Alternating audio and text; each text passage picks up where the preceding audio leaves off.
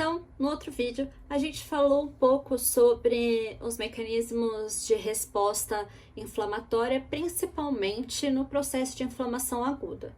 Mas e se o nosso organismo não conseguir remover o agente agressor e ele não conseguir resolver o problema com neutrófilos e eosinófilos e macrófagos? O que acontece?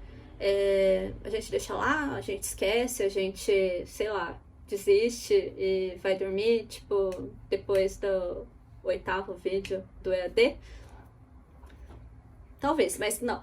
O nosso organismo, ele vai tentar resolver esse problema. Então, quando o estímulo, quando o agente agressor, ele permanece além do que o normal, do que o que ele deveria, a meia-vida desses mediadores inflamatórios ou do processo inflamatório agudo em si, a gente começa a tentar uma resposta inflamatória mais específica. Então, imaginem que durante a reação aguda é uma coisa mais explosiva, uma coisa mais tipo super-herói destruindo tudo e passando, levando a cidade inteira e as 32 velhinhas e destruindo o carro e destruindo tudo para conseguir resolver um problema. E quando a gente tem que resolver um problema mais específico, uma coisa que tá um pouquinho mais complicada de resolver, a gente manda, por exemplo, um espião. A gente vai mandar um agente que vai ser bem direcionado, tipo um 007, que apesar de causar alguns problemas às vezes muito grandes, ele vai direto naquele alvo. Então, o que a gente faz é chamar uma resposta inflamatória mais específica, mais especializada, que são, por exemplo, os linfócitos, que são células mais predominantes na inflamação crônica. Os linfócitos, eles são células que têm memória. Então, eles conseguem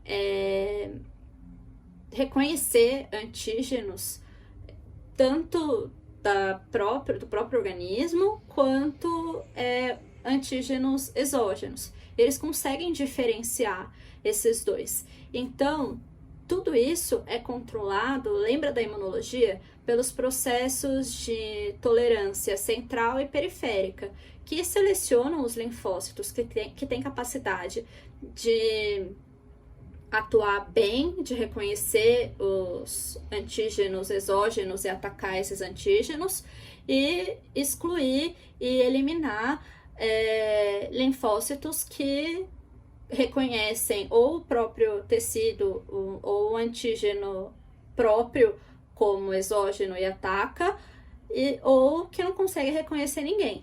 Então, esses mecanismos de tolerância central e periférica selecionam esses linfócitos e colocam para trabalhar linfócitos que estão muito bem resolvidos na vida, que já fizeram terapia, que estão tudo ok, eles conseguem enxergar as coisas como elas são.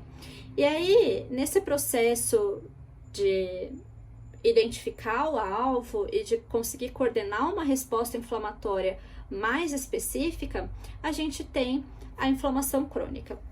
Não só linfócitos, como também macrófagos, né? Monócitos e macrófagos, que são células bem específicas da inflamação crônica.